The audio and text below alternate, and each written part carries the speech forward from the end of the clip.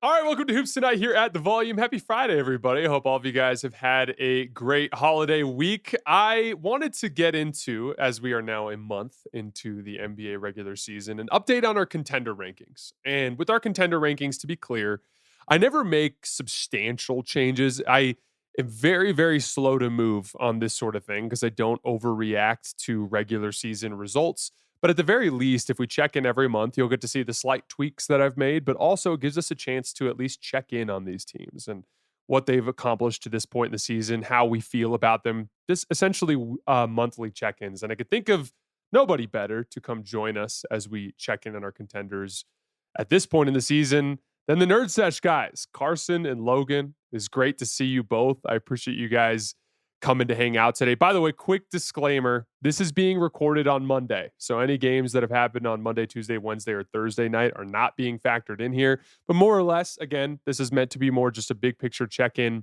on the contenders. How are you guys holding up on the grind? I feel like this Thanksgiving week always sneaks up on us and it's like, oh yeah, we get to have a little break finally.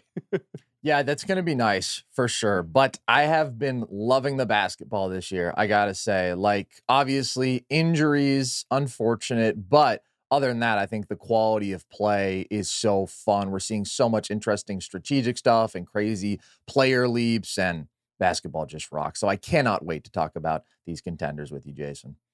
I'm feeling the exact same way. Thank you for having us on again, Jason. No lie, I've just been kind of putting my head down, and Thanksgiving creeped up on us. I am excited to get some good food and stuff later this week, but I am also excited to talk some ball with you, Jason.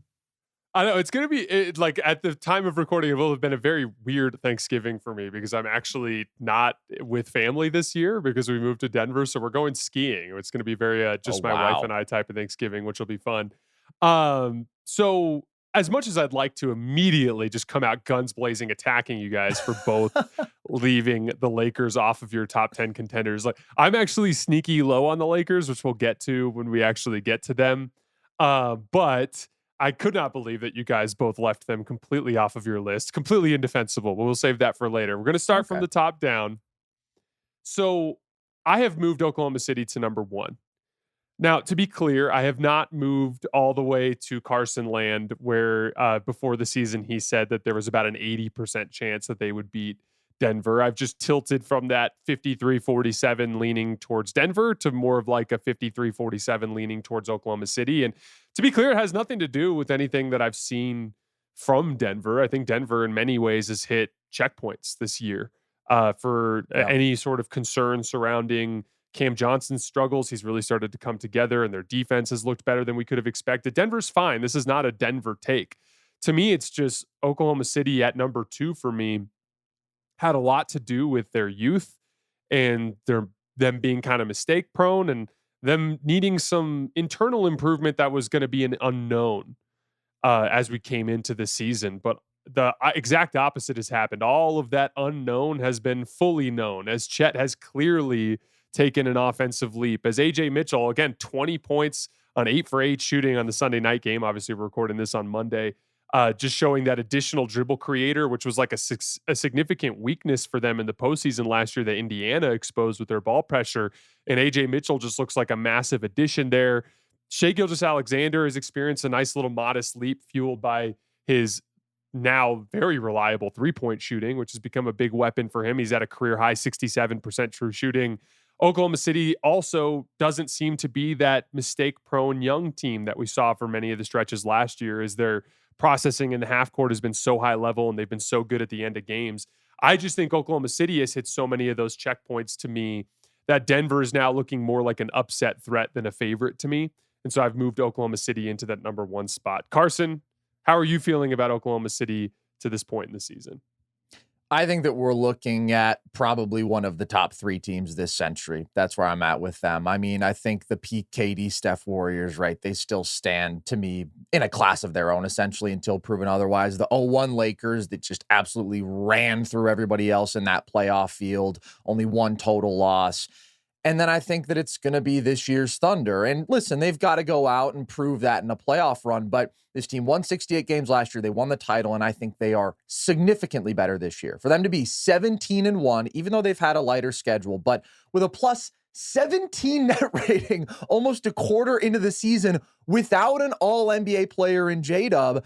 I think they have the highest regular season floor we've ever seen. And I think there's a very real chance they win 70 games because of that. And it's because, in my opinion, we're looking at the greatest defense since the 60s Celtics. Like, the pace they're on right now is to set the record for best relative defensive rating in the play-by-play era. That's the last 30 years now. And not just that, but to set a gap between them and the number 2 defense that is the same as the gap between the number 2 defense and the number 75 defense in that span. I'm not saying that's going to hold up, but to be doing that without an all defense level guy in J-Dub, and I don't even think that that accounts for the full value of this OKC defense, because they're not just the best at getting stops that we've seen in decades, they are the best ever at turning defense into offense off of turnovers into transition scoring. So with this all-time great defense, with this all-time great transition margin, with this all-time great turnover margin where they force them at a crazy rate, and then Shea is literally the best at protecting the basketball that we've ever seen with the sort of offensive load that he has,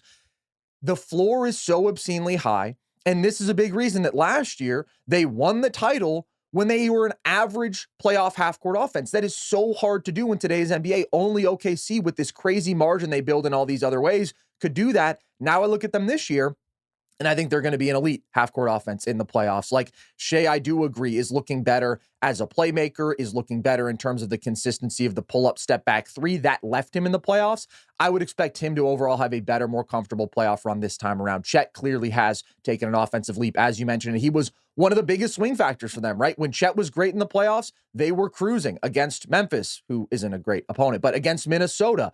When Chet really struggled in the half court, that was when the OKC offense could struggle a bit more, and those series got tighter. I just feel more confident in him now.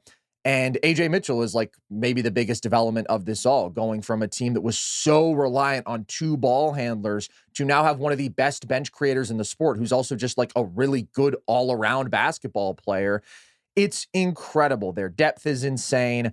And J-Dub could be better when he comes back out there this year. Like, we don't know. He was already picking up steam later in that playoff run, figuring some stuff out in terms of his aggression, getting all the way to the basket. This is a young guy still trending upwards. Like, I just don't see anybody on their level. So I remain a huge OKC believer. Like, I was adamant that they were going to win it all last year. Going back to a couple years, I was saying this is a future dynasty. I feel that way, and I feel that it's all materializing really fast in front of us. Well, and the reason that it could be a future dynasty too is this is the beginning right now, right? Like, Chet Holmgren, you feel like could play way better than he did last year. Jalen Williams in the playoffs, you feel like could be way more consistent than last year. And they've got everybody's pick from now until the end of time. So they're just going to keep reloading the clip every single year, right? Like, they got the Clippers pick this year. Yeah, I mean, I think Carson hit all the nails on the head. They've got a historically great offensive player in Shai Gilgeous-Alexander, who is unstoppable inside the arc and limits turnovers at an insane rate for how often he has the ball in his hands. AJ Mitchell has emerged. I'm aligned with him. I think this is a historically great defense with a historically great offensive player with a bunch of young athletic players that are continuing to get better.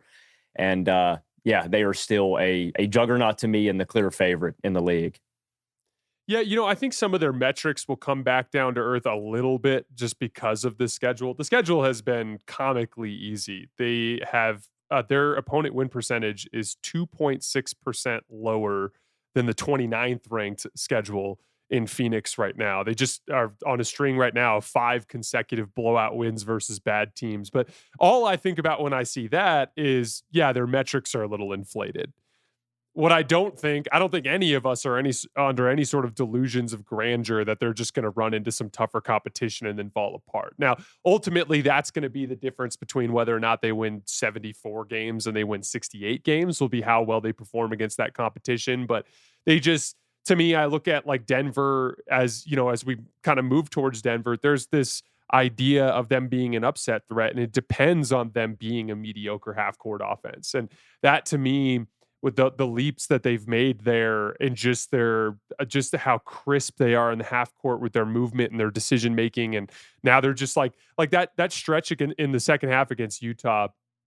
I just had to watch it because I saw the run on Twitter. It said there was like 20-0 run in like 3.5 minutes or whatever the heck it was, some insane number, and I was like, I have to go watch this. And so I went back and watched it. It's like they they looked like the old school Warriors that were just running off of misses and turnovers and just bang three, bang quick drive, bang three. And then like every once in a while, Shea's just finding these little windows to quick drive to the basket and shove a dude off for a layup. And it's like, they just look surgical right now. And I just couldn't be any more impressed by them. As we move to my number 2, Denver. Again, this is going to sound weird because I'm going to give you guys all this positive stuff that I feel about them as I've dropped them to number 2. But again, it has all to do with Oklahoma City. Cam Johnson's really starting to gain some momentum. He's having some bigger scoring games. He had one of the biggest. I thought he had 2 massive plays at the tail end of the Houston game. He had that big 3 that he hit off of the left wing off of the Jokic post up, which was the final lead changing shot of the game. He also had a big defensive rotation late in the game where he tagged Amen Thompson on a cut, which forced a much more difficult corner 3-point attempt, a contested corner 3-point attempt from Jabari Smith. He's just like making little plays, which I think is a big part of why he's been one of their better plus minus guys this season.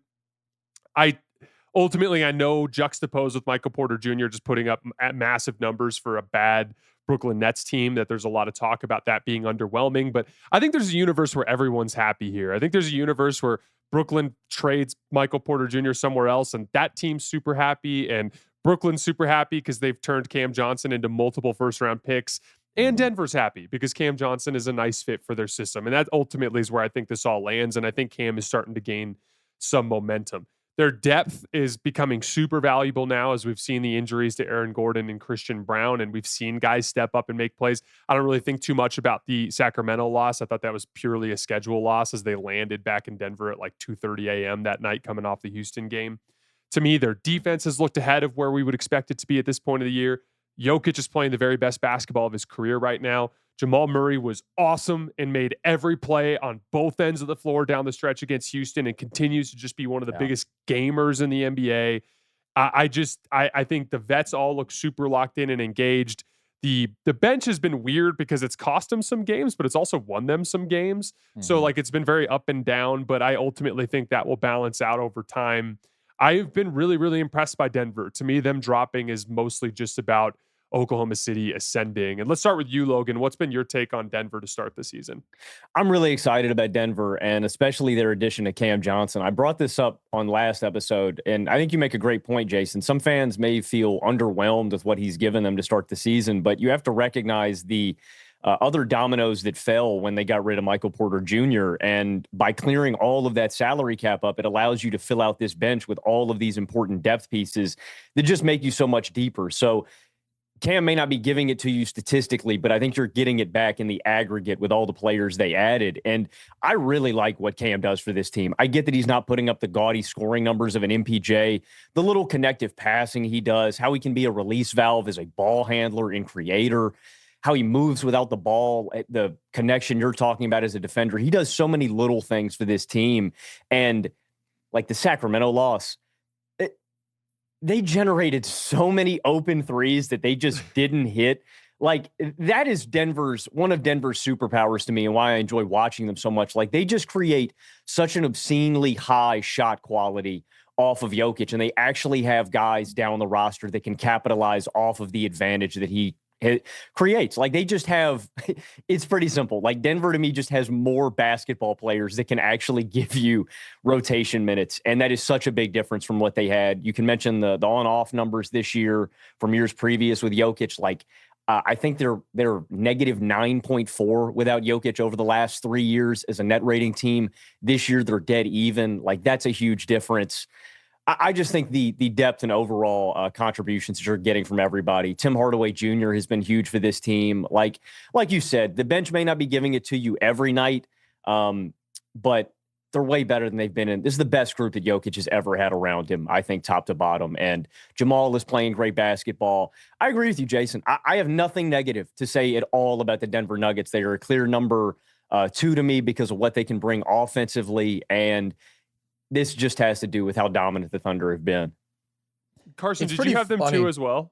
Yeah, I have them too. And they're a clear two for me. They were two in the preseason. Like you were hinting at, like I actually feel a little bit better about Denver right now than I did coming into the year. Even though I was high on a lot of these things, I just think everything except for Cam gelling has gone so well. And I do think that Cam is ultimately going to find his rhythm with this team. I do like him more as a fit than MPJ. I get that the early season stats disparity couldn't be bigger. And like Cam has had some clunkers, some really ugly shooting nights, but I do think with a little more ball handling, right, his ability to actually drive off of handoffs with Jokic and actually make some of these basic passing reads that with MPJ, it was just a limitation of his. And I do think he's the more solid defender. So I think ultimately when you consider that and the contract, he's the more versatile, better player, better fit for this team.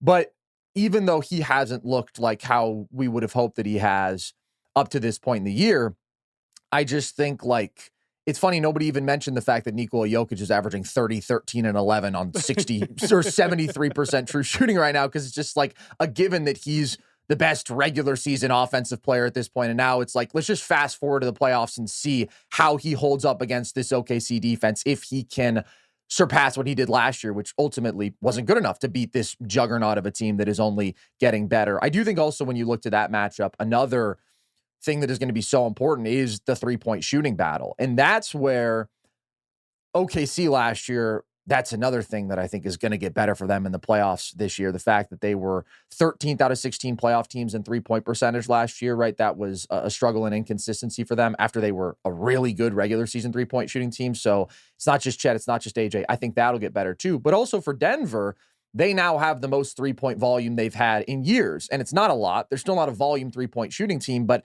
having a movement 3-point shooter of the caliber of a THJ who can come off the bench, who can give you minutes at that shooting guard spot, I think is very important, not just for the 3-point battle in that matchup, which I think Denver has to win because OKC builds margin in so many ways. They don't have to win it in terms of volume, but probably in terms of percentage, but also just for the spacing, because even though Christian Brown is better than THJ as an overall basketball player, the reality is OKC is so great at shrinking the floor. They are so aggressive in terms of packing the paint, doubling Jokic, and having a non-floor spacer. Like I think we can basically call Christian Brown that when it comes to a playoff setting. He's just not confident and comfortable knocking down those catch and shoot threes at volume yet. Those cutting lanes aren't going to be as available. And so I just think them having another option to turn to there is big when it comes to what they've added on the bench.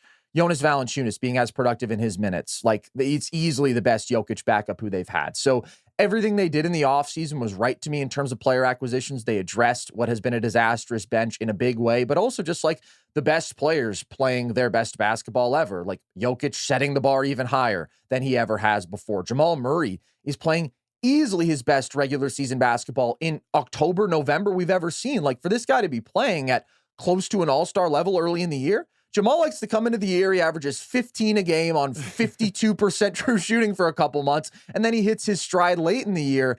He is approaching this season with a level of seriousness. I think his shot making, I think his playmaking has all been so good. And like Aaron Gordon, dude, just being a guy who now can go out there for you and score basically 19, 20 points per game with really good efficiency. Obviously, maybe the 150 piece is skewing things a little bit this early in the year, but I just think his shooting leap is so insane. And he is still great at all the things that he was great at, say, back in like 2023. So I look at this team and I think they are clearly better than the 2023 Nuggets who won the title. The difference is just they have to go through a way better team than they had to go through in that run. But I feel really good about the Nuggets right now. The defense, I agree with you. It's been encouraging. There was a stretch there where they were like top 3 in defensive rating, and it was like, okay, this obviously isn't going to stick. They had some great opponent 3-point shooting luck, and I still think they've had the second best opponent 3-point shooting luck, so that'll probably continue to come back down to earth, but I do think they are playing with a level of effort, connectedness on that side of the ball that like we literally didn't see from them at all last year until the playoffs. That defense was a disaster throughout the entire regular season, so I think you got every reason to think that Denver is way better than last year, the best version of them we've ever seen, and definitely the biggest threat to knock off the Thunder because they have a Nikola Jokic and they have the offense that should be the best in basketball and a bench that maybe won't as catastrophically lose those minutes this time around. I'm going to put you guys on the spot really quickly. Assign a percentage chance if Denver played Oklahoma City in a playoff series, the percentage chance that they would upset them. Again, I'm going to hover right around that like 45, 47% range. I'm sticking with my 20. I'm saying OKC's an 80% favorite. I'll say 30. 30? Okay, right on. So on to the second change that I'm making in my contender list. So obviously I started the season with Denver over Oklahoma City by a hair, but I also only had two teams on that tier because I had dropped Houston as a result of the loss of Fred VanVleet. I am moving Houston as my final team in that top tier of contenders up into that tier at number 3. I have been really impressed by them this season in so many different ways. Even in that Denver game, like for all of the things that went wrong for them in that game, with how much they struggled on offense in the first half, with how much Şengün had a couple of pivotal mistakes late in the game in the short roll.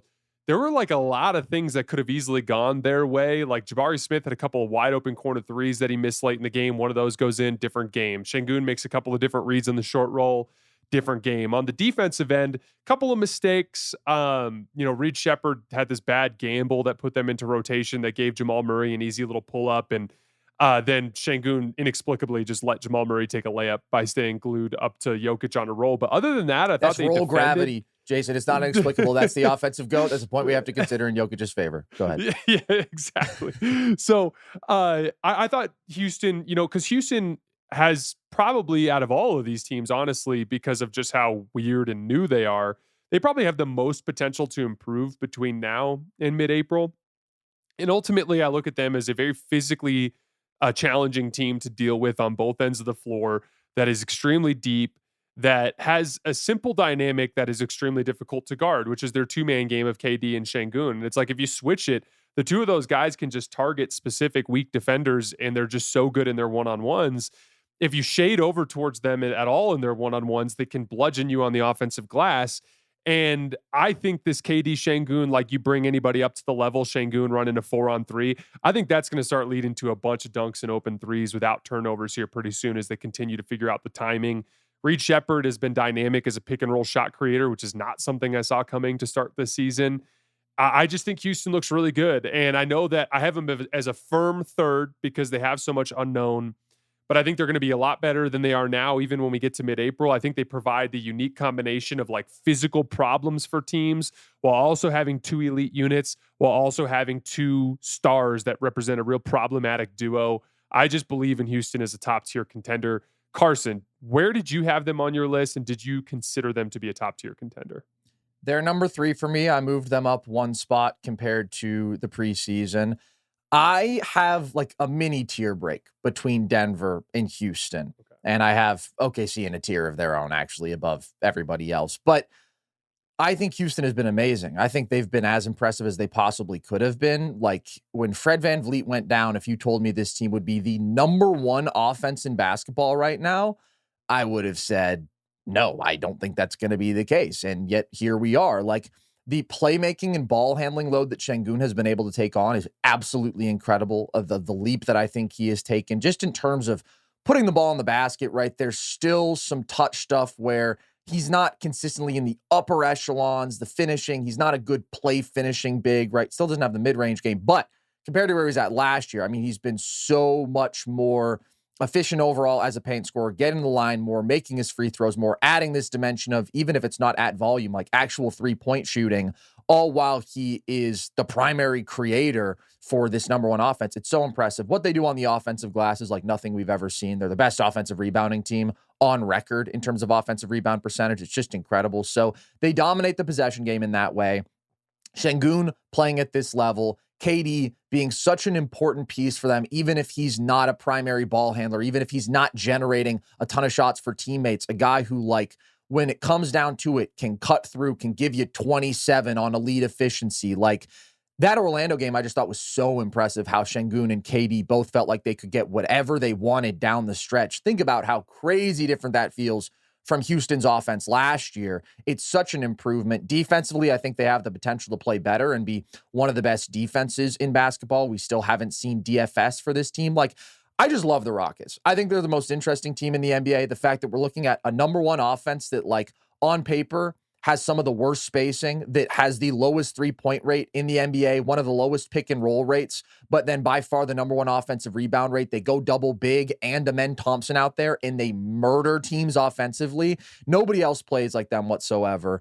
And I love it, and I buy a lot of it. The only reason that I have Denver clearly above them is because I just feel more confident about Denver's offense translating throughout a playoff run, and specifically against OKC. OKC is going to make life incredibly hard on anybody offensively. I do worry about the lack of ball handling that Houston has, and I do worry a bit about some of the spacing stuff where I think that they're going to dominate anybody on the offensive glass. Like, that's a given, and maybe that's their path to, really making OKC uncomfortable, dominating in that category, being physically so big, so strong, overwhelming there. I just worry about the ability of OKC to be super aggressive, playing in gaps, to be super aggressive with their help overall, and just, again, kind of shrink the floor on them. And I don't know that they have the shooting to punish that. And I don't know that they have the ball handling to deal with the shit ton of OKC ball pressure. Like, Reed Shepherd has been good this year, just straight up. Against OKC, he looked like a scared little kid. He could not get the ball inside the 3-point line, which, to be fair, he never does much of that, but it was to another extent how uncomfortable he was in that matchup. Şengün is great, but I just think it would be too much on his plate. So I like Denver's formula to beat OKC is more so what it is compared to any regular season expectation, where I think Houston is every bit as good as Denver because of their superpowers, what they do that translates every night in the regular season. And I think mostly translates in the playoffs, but just a little bit less. I have a couple more concerns. I fundamentally agree with all that, but I really do like how Houston matches up with Denver. That's the distinction to me, is I like Denver's formula against OKC more than Houston's, but I do think Houston can go toe-to-toe with Denver. It's really close between both of those teams, where Houston is one of those teams that you're never going to out-physical, out-athletic. And I think about them in a hypothetical matchup. I think they could really overwhelm Jamal Murray if they get up there at the point of attack with all the athletes they have. I think they could dominate Denver in a way that they don't get beat on the glass. And I do like their formula a lot more than last year. I just think, I don't know. Ever since I've been watching basketball with you guys, I have moved over towards really preferring physical and athletic and big ass strong teams that you can't. That's why I like Detroit a lot. And I know Detroit's a different, kind of beast because they have different kind of offense. They're way different. Houston's the best offense in basketball, but I like Houston's formula a lot. That's something that you just can't take away. You know what I mean? That is an unalienable thing from Houston. They are going to hit you in the mouth and beat you on the glass. And so that is the difference, though, to me, Carson. I think that Houston would really struggle just to put the rock on the floor against OKC. I think they get really overwhelmed at the point of attack. Yeah, the Houston-Denver matchup was super interesting because, Jokic typically in crunch time will have these stretches where he just goes to the post.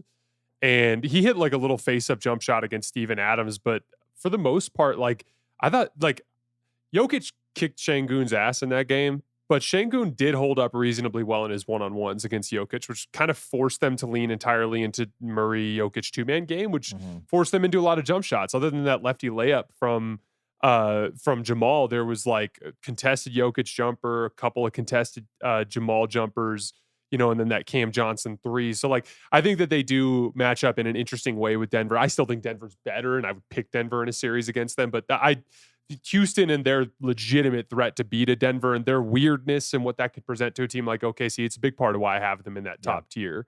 So I have a massive drop off from here to the next group of teams. Today's show is brought to you by our new presenting sponsor, Hard Rock Bet. Hoop season is heating up just in time for the holidays. NBA and college games are on every night, and everyone is a fresh chance to gobble up a big win on Hard Rock Bet, your home for hoops all season long. Sign up today, and you could feast with $150 in bonus bets. Just place a $5 bet, and if it hits, you get not only your winnings, but also $150 in extra bonus bets. That's an offer you can't pass up, even on a full stomach. Want to see what everyone else is betting on tonight? Top picks or parlays across any sport? The Hard Rock Bet app literally shows you. It's another reason to download the app, just for the info. Tap Discover, and you can see trending picks and parlays at any time. We talk a lot of basketball on the show, but Thanksgiving and football go together like mac and cheese. Hard Rock Bet is giving you 3 50% profit boosts, one for each Thanksgiving Day football game. Boost your same game parlay or SGP Max so your bets pay extra winnings. Hard Rock Bet offers new promos every single day. So whenever you're listening, just open up the app and check out what you've got any day of the week. Download the Hard Rock Bet app and make your first deposit. The next two that I have, even though there are different numbers than I had in the first edition of the contender rankings, I just have them slid beneath Houston. Number 4, I have the Cleveland Cavaliers. And, it's interesting because there's been a lot of good and bad with them to start the season. Donovan Mitchell looks incredible. He's been on an absolute heater over the course of the last few weeks. Very glad to hear that this Darius Garland toe kind of re-aggravation was just something mild. He's now played a few games in a row, and we're going to be seeing if he can actually stay healthy. Naquan Tomlin has provided that high motor athlete, which has been something that they've missed in previous seasons. My only real red flag with them to this point in the season is they kind of have been getting their butts kicked by some of these bigger and physical centers. Again, we're recording this on Monday. They got eaten alive by Zubats in that Sunday game, even though they controlled Harden and Kawhi and got a big win. And in the Houston game in particular, they absolutely got bludgeoned by Houston on the interior in that game. And what concerns me with that specific matchup is Detroit. And what a guy like Jalen Duren could do to them in a playoff series, what some of their bigger, more physical players could do against them in a series. Ultimately, I view them as the best team in the East.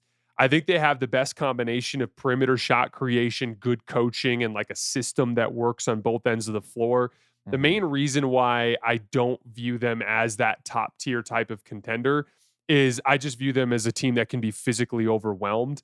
And there are a lot of teams in this playoff field that can physically overwhelm you. So as much as I have Cleveland as the best team in the East, I view them as very upset. I view them as a team that is a high potential upset risk early in an early round if they catch a bad type of matchup. So again, to me, this is more a view of the East and how they, in a lot of ways have been better than we've expected. They've got a lot of teams that are performing better than we thought in their record to start the season.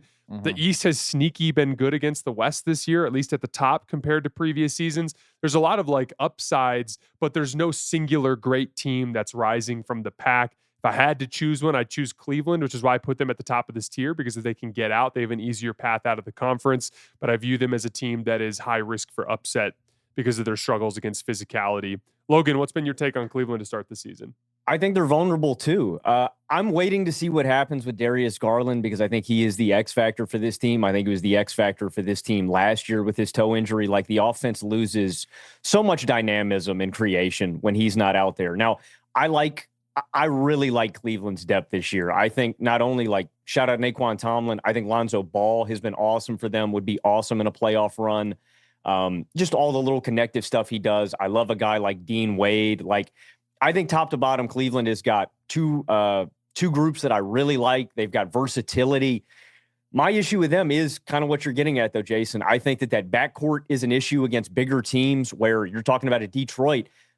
That's going to be a really interesting kind of push-pull matchup because it's this elite Cleveland offense at their apex where Detroit's way bigger. Detroit's got this great defense, but they can stall out on offense. I think it's a really interesting counter in how they play.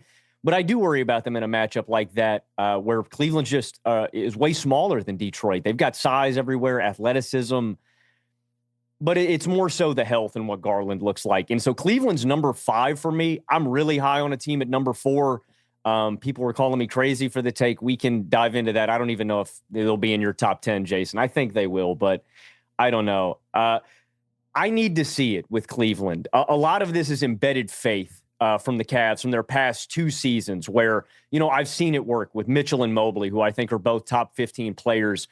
I've seen the formula come together where this is a really good regular season team, and I think they're going to be they're my favorite in the East, a really tough out. I haven't seen it come together yet with Garland. I just need to see a stretch of basketball from this team is what I'm saying, where Garland's clicking, where it all comes together before I'm really ready to put all of my chips in on Cleveland's going to win the East. So I think they're the most talented, but they have significant flaws, and I want to see it worked out before I'm ready to say, Cleveland is my dog that I'm betting on in the East.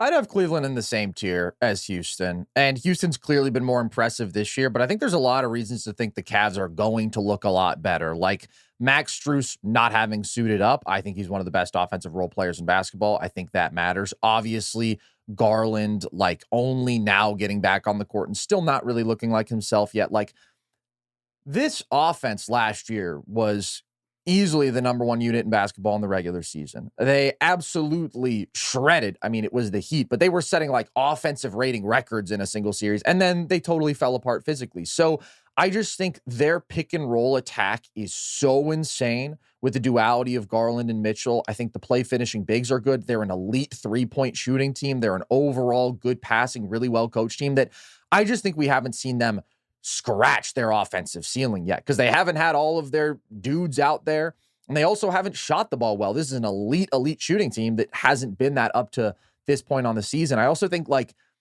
Evan Mobley is somebody who some people are like panicking about right now. I actually think he's going to be better this year than last year because I think we've seen him take on even more as a ball handler, playmaker on the margins, but still a little bit more there and get to the free throw line more. The reality is just like he is going through this horrific touch stretch where he's got the yips at the free throw line. Clearly his like paint touch hasn't been good. The mid-range stuff has been ugly from him, but I think he's going to at least get back to the level he was at last year there and then be, like you were saying, Logan, like an all NBA level kind of contributor. And I just think they're the most talented team overall on both sides of the ball. I actually, like you, Logan, like the depth. I think it's better than last year. I think Lonzo is so important in terms of being a connective passer offensively, somebody who can knock down those shots off the catch, and somebody who, if you're feeling like, oh man, our defensive backcourt is a real problem at this moment, okay, we can deploy Alonzo last year over a Darius Garland in a stretch, and you can still put together a great offensive group with Donovan Mitchell and shooting and Mobley at the 5 or whatever, the double bigs,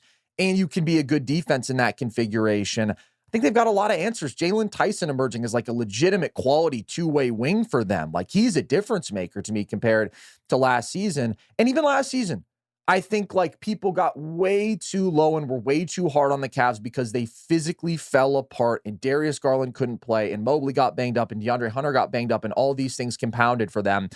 I understand your criticism, Jason, about like them dealing with big physicality. I think like Jared Allen just has got to prove to us one of these days in a playoff setting that he can contend in that way, because I thought in the Pacers series last year, he was just spacey. I thought he was not nearly active enough, assertive enough on the glass, in the paint, on both sides of the ball. He struggled guarding in space. Like he's probably the guy who I look at and I say, okay, you have to prove it to me in a playoff run. And then Garland, it's like, yes, I'm always going to have those defensive concerns, but offensively, he's amazing. And I don't see the team in the East that is good enough on both sides of the ball to expose the Cavs' defensive issues to a level that like makes me think there's a high percentage chance that Cleveland is going to lose in that matchup. Now, when I get to OKC, I go, okay, this is why I like Houston and Denver more in that matchup. I mean, Denver, it's the offense, but Houston's defense, I think, actually holds up better against an OKC.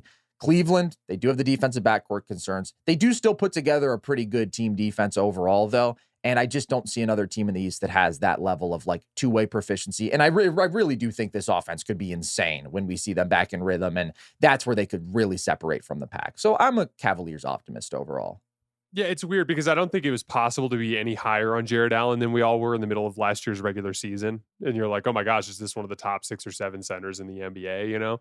And now it's kind of back into that, like he kind of just, because of him getting his butt kicked in the playoffs and him struggling against some of these bigger, more physical centers. And that's a big problem, even if you go further back to like the Orlando series and like they just in the Knicks series in particular too, like they just have struggled there. And to me, that, and then Garland, the second piece of it is like, I need to see Garland. Logan was hinting at this, but an extended stretch where he just kind of clearly demonstrates that his foot can handle the level of dribble penetration they need from him. All right, we're going to move a little bit quicker through the rest of this list. Moving on to number 5, Minnesota. This is the exact opposite of the Denver situation. I have nothing but bad things to say about what I've seen from them to start the season. Yet I refuse to buy into the fact that they are as bad as they have looked. And the general trend with them is they've kicked butt against the bad teams in the league, and then they've consistently lost against the good teams. Anthony Edwards has had this like weird up and down season that has actually manifested in him having his most efficient scoring season of his career, which is bizarre. The mid-range jump shooting hasn't really been that proficient for him, but he's shooting the three still pretty well. And overall with Ant, like I think that injury just kind of derailed his rhythm building to start the season. I'm still a big believer in Ant in the big picture. I still think this team has this athletic physicality dynamic that a lot of teams in the West can't really match when they get into the postseason. They've experienced just enough offensive leaps from a couple of key guys. Like Jaden McDaniels to me is like another, like has taken a little mini leap on the offensive end of the floor, which I think is key. And they're just starting to generate a little bit more of that continuity on offense. I ultimately am a big believer in them as a big playoff threat because of just how physical that they can be and how difficult their main one-on-one guys can be to guard in a playoff series. Naz Reid as well is a guy that I really believe in as a one-on-one kind of like scoring type of weapon in the postseason. To me, if I look at the Western Conference, it's a lot of teams with flaws after I get past Denver, OKC, Houston, and only one of them really stands out as a team that can rise and meet the physicality of that postseason environment. I have Minnesota at number 5. Carson, what are you feeling about Minnesota right now? Same spot, and they're pretty much locked in there for me. It's where I had them preseason. It's where I have them now. I just think their offensive formula, their ability to pressure the paint with Anthony Edwards, with Julius Randle, these big physical athletes who can consistently create that penetration and then make these kick-out passes, create for their shooters, which they have a lot of. I mean, they're a very good paint and three-point shooting team. I like that offensive formula, even if I do have concerns about Julius Randle against OKC, right? I think he's a disaster in that matchup where, you know, he can't attack mismatches and his game can kind of fall apart if he can't do that. And the decision-making can really be tested with him and Ant, and they're having to deal with this super aggressive defense that is throwing all this crazy stuff at them. Like, that matchup, I think, is really problematic for them. But when I think about just kind of like a default, them playing against an average or a good team, I think they're able to replicate that offensive formula pretty consistently. It's why they're a top 7 offense again this year.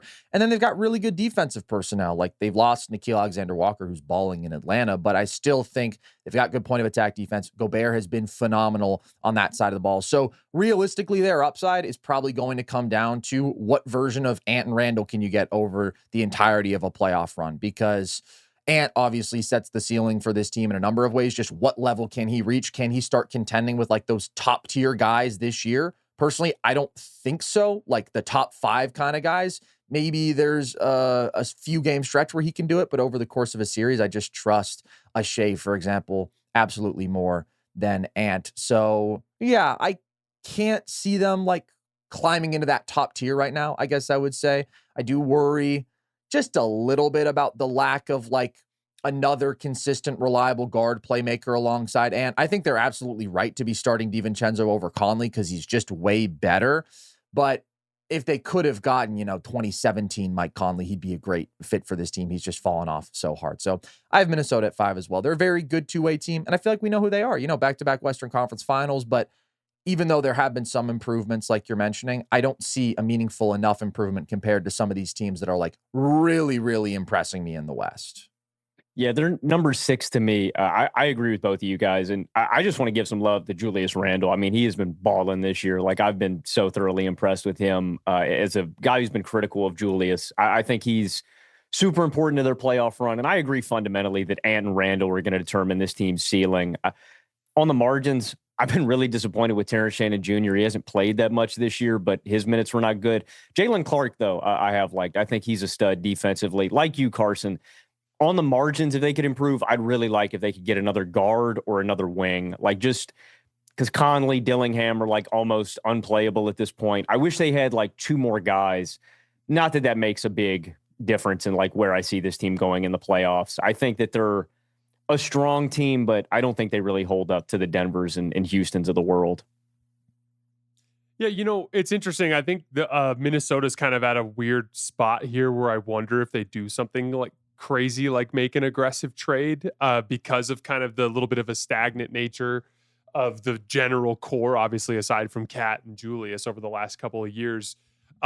because they're not playing super well against the higher level competition this season. And I kind of go the other way. Like I would lean on continuity if I was Minnesota. I mean, I'm not saying don't try to make a move to bolster a specific, bench role or something, but I think that this group is a lot better than they've shown this season. And they're a group that I think has a lot of playoff upside that I still believe in. Moving on to number 6, the team that you guys did not include in your top 10 contenders. I'm just going to basically make a very brief pitch for why I still think the Lakers are a contender, even though I am lower on them than a lot of Laker fans are. So there's a lot of obvious upside, right? Like the Lakers are 12-4, which is the 3rd best record in the NBA. They have played 5 teams that are in the top 10 in point differential, and they are 4-1 in those games. They have the 14th best defense in the NBA right now, which is kind of strange, but I'll get into that in a minute. It comes down to their defensive IQ and them being very good situationally. When they've played top 10 offenses, they have the 12th best defense in the league in games against the top 10 offenses this season.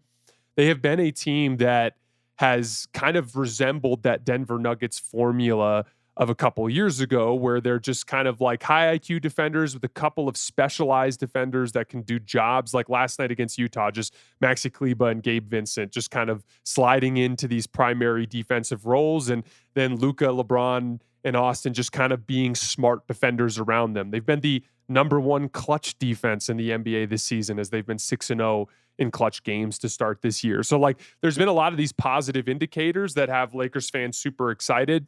I'm a tiny bit lower on them than most Lakers fans, just simply because I've been a little underwhelmed by their offense. I don't think it has anything to do with the mix of LeBron, Luka, and Austin as creators. I think ultimately that just leads to them creating awesome shots for the most part. Like LeBron in the post has been a revelation to start the year. He has 22 points generated on 13 post-ups. Again, this is recorded on Monday.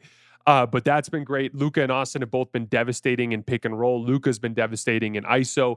The only thing that I'm noticing is that because Luka and Austin are on the floor so much, their issues as catch and shoot players are really rising to the surface for me. And I'm really disappointed in Austin, because I just thought that by this point in his career, he would have figured out how to become a more reliable catch and shoot guy. But I just don't think he's going to make them when he's open. And that's a problem. And they're like, Utah's leaving Marcus Smart open on pick and pops, and he's not knocking him down. Really, if you look at their core rotation, the only 2 guys that I view as bona fide knockdown catch and shoot guys when they're open are LeBron and Rui. And so that just puts together these lineups where at any given time you have 3 guys on the floor that either can't shoot or are streaky shooters. And that just is causing them to be a little bit less successful than I thought they could be on offense. They're still 5th in half-court offensive rating to start this year, despite that, which is just a testament to how good their stars are. But I think they need to be 1, 2, 3 on that list in order to really have an opportunity to be a legitimate upset threat against the top-tier guys. And I think the only pathway to that, because no trade is going to solve the problem of the fact that so many of these driving kick sequences are ending in open looks for Austin or Luka, and they're just not knocking them down. And so to me, weirdly, I'm higher on them than I was to start the year in defense and some key areas there. But the offense has just not been as good as I think it needs to be. I don't want to say it's over. It's still only been, 16, 17 games. There's more time for them to gain some momentum. But overall, I don't see any case at all to leave them entirely off the top tier contender list. So why don't you guys explain to me how you could possibly feel that way? We'll start with you, Carson. So I don't think that I buy the defense being average solid as much as you do. I think that my concerns with them become heightened in a playoff setting where I think their defensive weak points are easier to attack and can really be keyed in on. And I think that we saw this last year where they put together this stretch of solid regular season defense after the Luka trade. And it was like, hey, we're playing connected and we've got enough aggregate size and IQ and we're rotating well and we're playing in gaps well. And then it all fell apart when it got down to a playoff series. And it was kind of like, we can go at Austin Reeves over and over again. We can go at Luka Doncic over and over again. And we've just got athletic creators who can consistently get past them, go through them, and create advantages for our offense over and over again.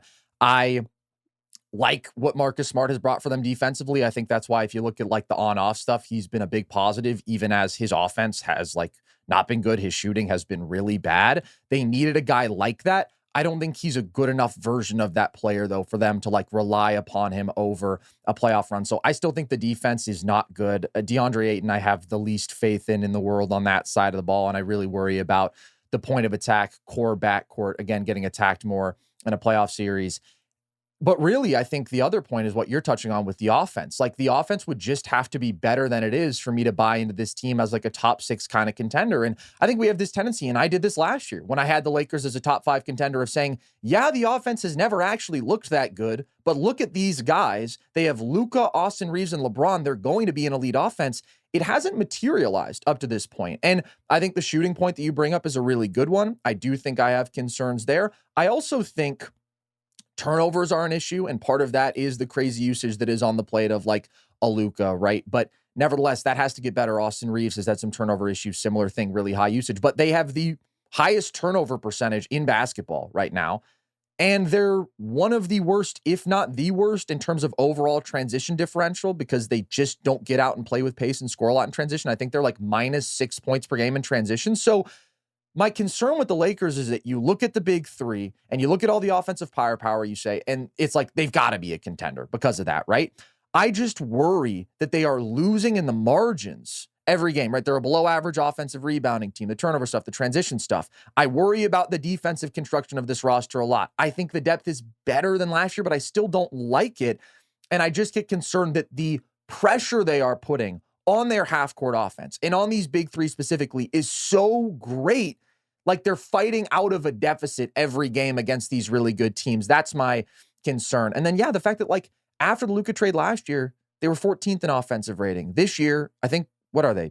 14th in offensive rating? Again, 15th in offensive rating. Half court, but 15th overall, which is, again, they just don't score the transition thing at all because they're slow. And I just think like athleticism in the full court and depth are two things that are more important in the NBA right now than they've maybe ever been. Like, I think the depth point is, as we talk about being in this weak link era, right, on both sides of the ball. And I just don't like how the Lakers profile in those categories. So it's not that like they're tiers below the teams who I have at 6 through 10. I actually think after the top 5, after Minnesota, there's a drop off for me compared to everybody else. But I do have a lot of these concerns. And like you say, when it comes to not being too moved by the early regular season, like, yeah, they're 12-4, but I think like if you look at simple rating system, which is literally just point differential and strength of schedule averaged out, they're 16th. So it hasn't been the most convincing. Obviously, LeBron has only played a couple games, but I think this team has some significant gaps that LeBron doesn't fill for me at this stage in his career, even though he's still obviously very good. Yeah, I mean, well said. I basically completely agree. The bigger thing is, I agree, if the offense gets to elite levels, I could consider the Lakers on the outside of mine. But the bigger thing is, when I think about these matchups, I just think the Lakers kind of get eaten alive in a lot of these playoff matchups that we're talking about against these top teams. And I feel foolish. Hand up. I got last year, right? I picked the Lakers to beat Minnesota, and they got me. I was drinking the Kool-Aid, but like Anthony Edwards versus this team again, I think he just cooks Luka and Austin Reeves relentlessly every single possession down. Nikola Jokic, I think, fries DeAndre Ayton. I don't think this team can compete.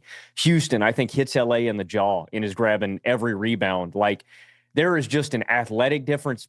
San Antonio, I think I might take over LA in a series. If Wemby's healthy, I'm definitely taking San Antonio. I just think that, yeah, there are some core limitations of this team, and while I think they can reach these offensive heights, I still think, I don't know, Jason, and you're giving all these numbers, and I want to buy into the Lakers because they're fun, right? Luka and LeBron, I want to buy into this team, but like, I don't buy the defense at the end of the day. And I just think that at their best, they are an average defense like we're seeing. Ultimately, where I break with you guys is that where you guys compare them to that other tier. I mean, like, you're hyper-focusing on the flaws with the Lakers as if every team after Minnesota doesn't have significant, substantial flaws. And I think where I break with you guys is like, yeah, I have severe concerns about the Lakers in a playoff series against a team like Minnesota that can athletically overwhelm them and can pick on some of their matchups. I have severe concerns. I think they're on a completely different tier. I told you guys there's a massive gap between that Houston, OKC, Denver tier and the rest of the group. I don't think the Lakers are close to them because of how athletically overwhelmed they are. where I've broken with you guys is you just have a lot of mediocre basketball teams ranked over them in your top tier contenders. I don't want to get into that today because we could literally argue about it for a half hour.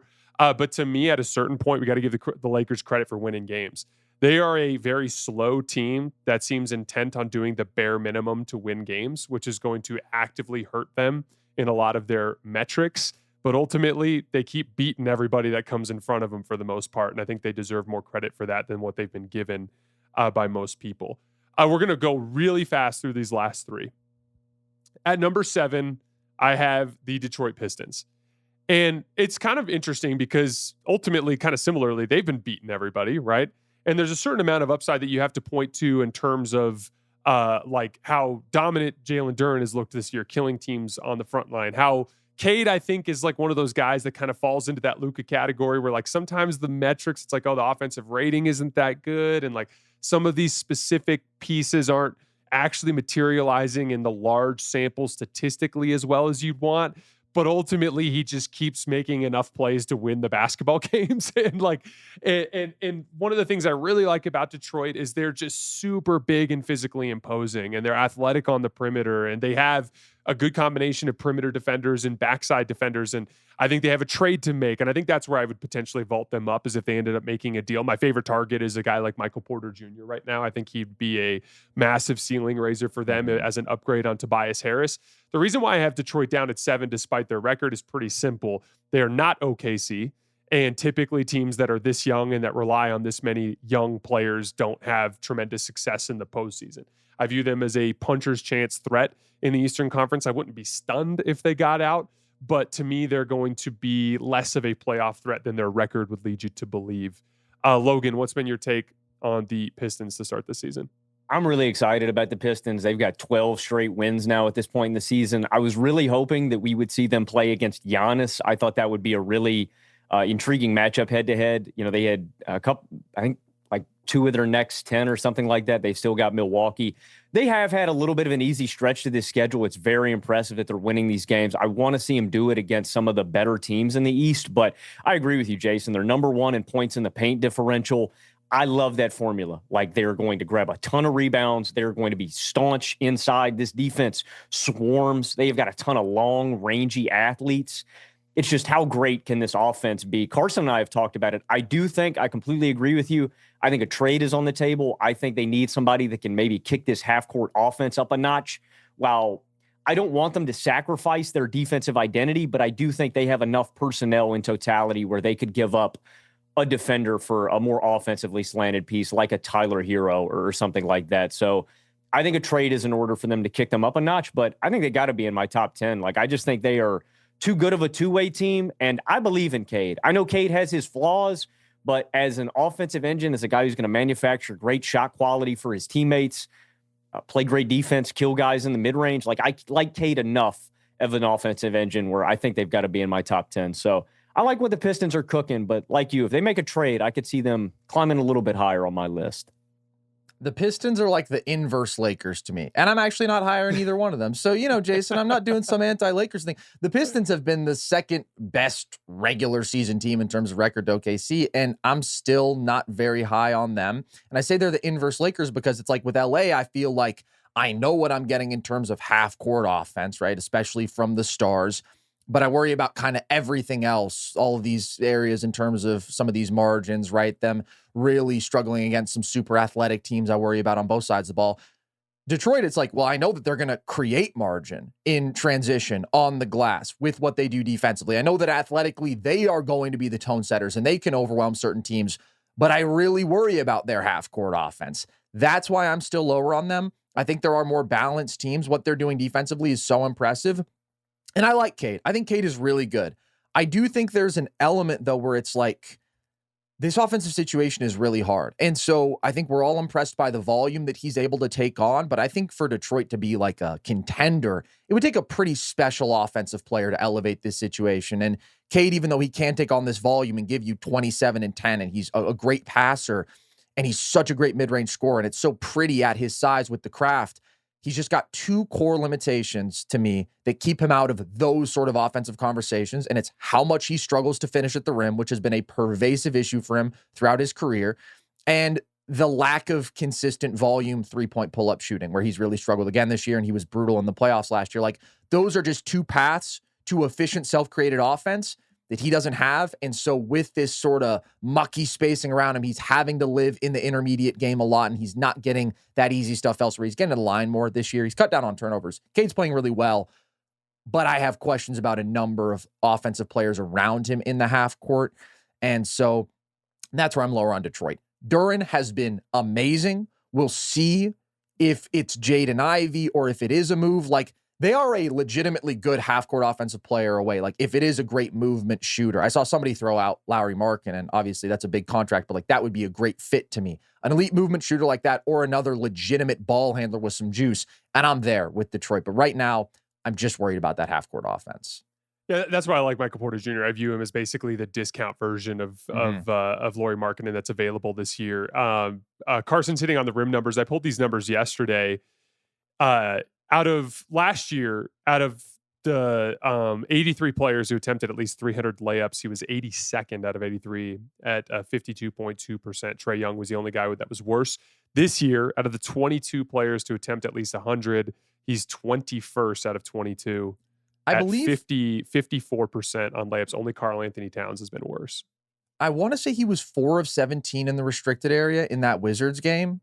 Like, people are talking about empty the clip, do what you got to do to win. And it's like, I respect how Cade played down the stretch of that game, what he did defensively. You know, that volume with that many guys down. At the end of the day, though, that is crazy bad rim finishing. And he just doesn't have the explosiveness there. He never has. And the touch is not good as much as you would expect it to be nearly. Ultimately, like, to kind of round that specific topic out, I am a big believer in the Pistons as a long-term contender. Like, if you told me 2 years from now they were going to be like the bona fide best team in the East, like year in, year out for like a 5-year stretch, or like in that conversation, I'd very much believe you. I just think they're like a year away from being away from being like a bona fide type of like perennial contender. They're the Bruno Caboclo of contenders.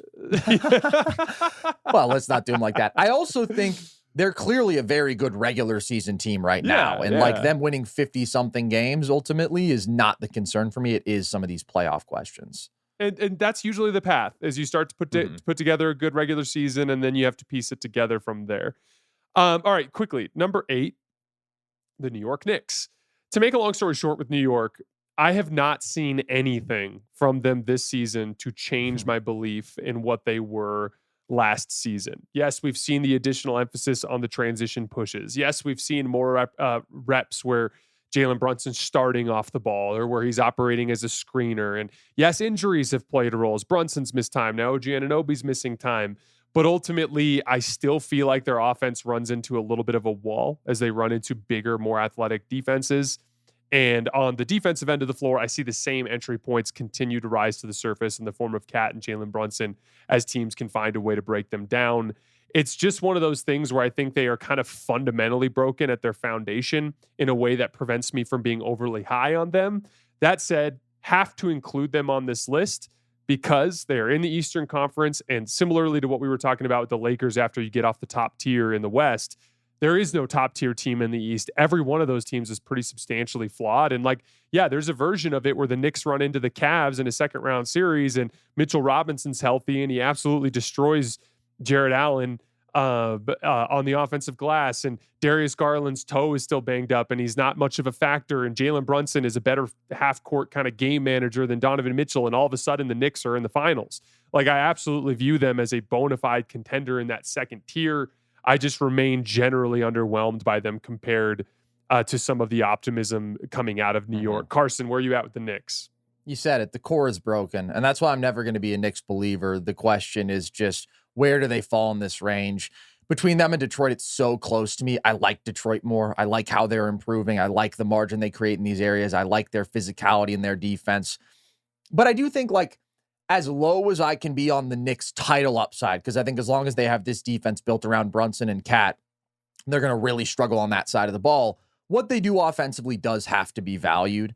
And I actually think this year they are better set up offensively to hold up throughout a playoff run than last year. It's always been their strength, of course. But I do like the Mike Brown system. I like there being a little bit more pace, a little bit more ball movement, a little bit more player movement, Mikal taking on a bit more of a playmaking load so it's not overwhelmingly Brunson hero ball, them really emphasizing getting their three-point rate up so they're not living out of the mid-range as a team as much.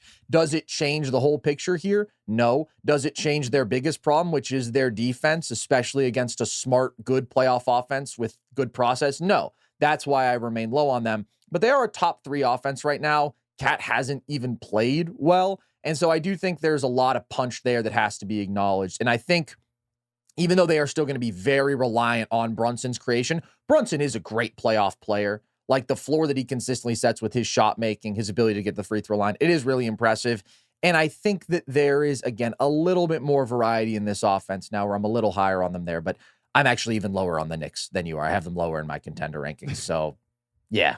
And kind of putting lipstick on a pig here. I'm not a fan. Well said, both of you guys. Real quick, have you guys seen the people on? I've seen some Knicks fans clamoring on Twitter for an AD Cat trade. Would you, if the Mavs were down for that, hypothetically, would you be into that if you're the Knicks? That's kind of fascinating, the idea of putting Cat next to a guy like Derek Lively. Obviously, the best defense we've seen with Cat has been alongside Rudy Gobert. Anthony Davis is certainly a big ceiling raiser for the Knicks. I'll just flatly say it. If they pulled that off and AD stayed healthy, I'd make them the clear number 1 team in the East. Ooh. I think it would make them significantly better. I think AD is a way better basketball player than Cat.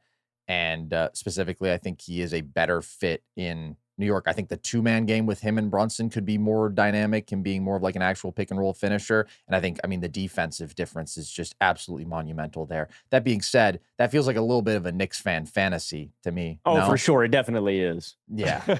Classic. But like you could see, like the idea there would be that Dallas at this point, AD doesn't have much trade value, bilateral Achilles tendinopathy. And like literally since the trade, he's been nothing but an injured shell of himself. Like at a certain point, you could look at it as like Dallas could be like, we're better with Cat. And the Knicks could be like, we're better with AD. And you could see something like that materializing. I don't think that's as unreasonable as you would think.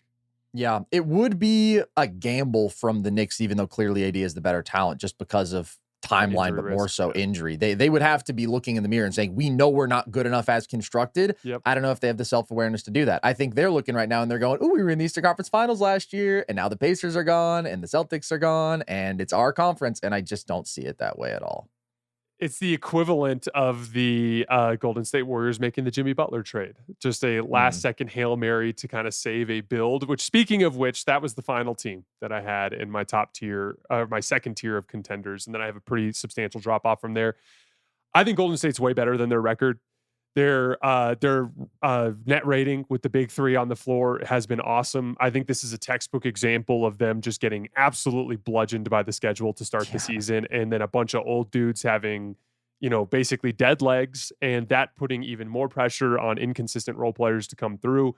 I don't view them as some sort of like, real shot to win the title here. Of course, I have them down at 9, but they're the final team that I have in this tier simply because I think ultimately when you face them in a playoff series, if they are healthy, Jimmy, Draymond, and Steph are a real problem, and they have the defense to put it all together.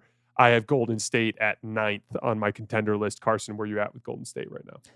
I've got them a little higher at 7. I think that they're really good. I think we saw this team play at such a high level down the stretch last season, 22-5 after trading for Jimmy, won a playoff series, and then obviously injuries come back to get them. I just love the complementary nature of the roster. I think they have pretty high ceilings on both sides of the ball. I think they've still got a top 5 offensive player and a top 5 defensive player and a top 25 sort of player in Jimmy who like connects those things really nicely on both sides of the ball. I love the big 3. Like I'm super high on that as a foundation. And I think all those guys have played well this year. Like some of the explosions we've gotten from Steph, obviously the floor is lower than it used to be by a lot, but the ceiling is like every bit as high.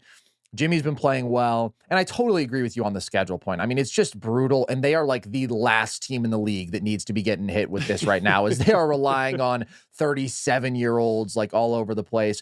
I actually do think I feel a little better about the depth too. Like I'm encouraged on that front. Obviously, the Kuminga mirage has fallen apart. May it rest in peace. The glorious 3 to 4 games That was a fun 2 that he weeks, bought yeah. in. Oh man, that was fun. That was fun. But like, I do think that Moody has legitimately improved. I think he's cleaned up his shot mechanics and is just shooting the shit out of the ball right now.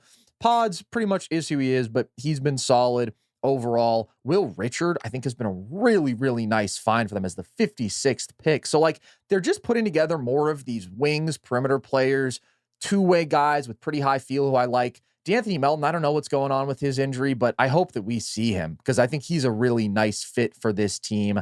And like Horford, right? He's another old guy we haven't seen playing back-to-backs. He hasn't been good so far, but I like his fit here. I just think there's a million reasons to think the Warriors are going to look better later in the year. Ultimately, I worry about the non-Steph offense, and that's why I can't have them as a top 5 contender or whatever, right? If only they had traded Jonathan Kuminga for Malik Monk, if only something like that had been on the table, then I'd feel really, really good about this team.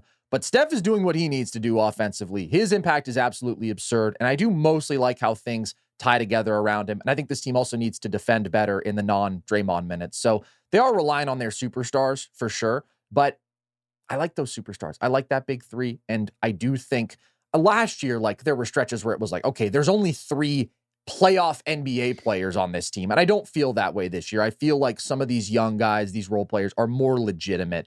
And it's kind of all it takes because they were already winning a lot of games last year with some of those guys, just being like so unreliable. Yeah, the Warriors are stuck here in this, but they're at 7 for me too. They're stuck here barring a trade. Like I think that they are just stuck in this like no man's land kind of. They could win a playoff series, but I can't see them really going on a run. I do think they need to make that kind of move for an offensive, just a guy who can give them some offensive firepower in the non-Steph minutes. It would be nice if he was complimentary and could play like alongside Steph too, but I think that's the move. They're missing that piece that would make them a really, really legitimate contender. But I like the Warriors a lot. I just think they need that guy to put them in real conversations. Another fun Michael Porter Jr. potential target type of team. I just think a guy that could like twice a week give them 25, 20. In a Who game. are you Like flipping? Who are you flipping Big for that, Clay with Jimmy? no defense. Yeah, big Clay with no defense. Exactly. Well, it would be Kuminga plus, some contract. One of the things that has stood out to me with Golden State here in the early part of the season is they have really struggled with like some of the bigger athletes that can get downhill. We've seen that in the Portland game. Like they can't guard Denny. It's like crazy. They're hopeless to guard him. And that's one of the things where every Warriors fan is like, we can't trade Moody. We can't trade Moody. And I get that. But like ultimately, if you could get a legitimate upgrade, one of the things with Moody is he's not Andrew Wiggins. Like Right. Moody looks really good as a point of attack defender up to a certain point, and then he runs into a type of guy that he can't guard. And that is the kind of thing that I've kind of noticed. Same thing goes with Pods. Like he's just such a really well-rounded player who does all these little things well, but like ultimately there are certain players that he just can't guard. And like that kind of puts a certain limitation on them. But yeah, I am generally higher on Golden State than the masses right now. And I think people are trying to bury them too soon here. One of the big indicators, and I'm so glad you hit on this, Carson, is Steph's been awesome. And ultimately, when this all comes together, like that's the thing that was going to be the final bar that they had to cross to get to where they want to go is, can Steph look like Steph? And he has clearly demonstrated like a half dozen times this year that he still very much has that punch in him. And I thought he showed it during the Houston series last year as well at stretches. Down the stretch of all of last year, I mean, last 30 games, he was like 27 a game on 65% true shooting. He just totally kicked into that gear. And the fact that he's carrying that over is so encouraging because last year to start the season, he did not look like this. Like, I think Jimmy has shot some life back into him, and I think it's a great thing. But I do agree with you on the concerns, and specifically them being overwhelmed athletically.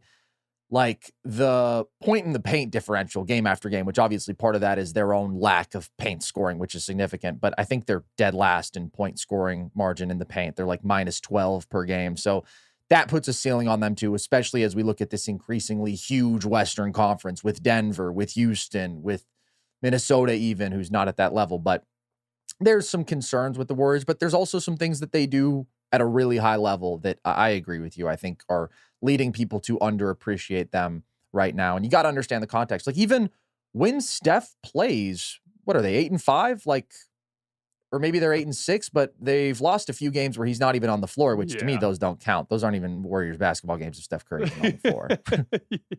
Yeah, the Orlando game in particular, I thought was another one where it's like, man, they look small. But also when I watched that game, I was like, they also look like they have dead legs. Like I even thought in the Portland game, like they just look like they have dead legs. It's going to take them a week or two to just recover from that brutal schedule to start the season. And there are a lot of teams in the NBA after Oklahoma City, pretty much every team in the NBA after Oklahoma City that would, if you were like, they're 9-9 after playing 17 games in 28 days and 5 back-to-backs and all, like, they just succumb to the schedule a little bit and that happens. But this has been awesome. Thank you guys so much for taking the time to come hang out today and break these down with me. Really quickly, just shout out where you guys, what work you've been doing lately and where our listeners can find it. Well, thank you so much for having us, Jason. This is always a joy. Absolutely one of my favorite people to talk basketball with. You guys can find us at Nerd Sesh everywhere. YouTube. We do a couple NBA shows a week. We also do some NFL content. If you want that itch scratched and Jason isn't doing it for you, that's where you come on over to us. We've got it all. We do some trivia stuff. So yeah, YouTube everywhere. If you want to see our short form content, we're across social everywhere. Just look us up at Nerd Sesh. But again, thank you, Jason. This was a ton of fun, and happy Thanksgiving. And I hope you enjoy the skiing. That sounds fun. Thanks, buddy. Yeah, and Logan, it was good to see you too. I hope both of you guys are doing really well, and I hope you guys enjoy the holidays. We'll definitely be having you back on in a month or two or so. Again, everyone, thank you guys so much for supporting the show. I hope all of you have an incredible weekend. We will be covering playback. We will be covering the Mavericks-Lakers game on playback. So if you want to watch Luka continue to torture Mavs fans, you can come hang out with us on playback later tonight. Again, as always, I sincerely appreciate you guys for supporting us and supporting the show, and we'll see you next week.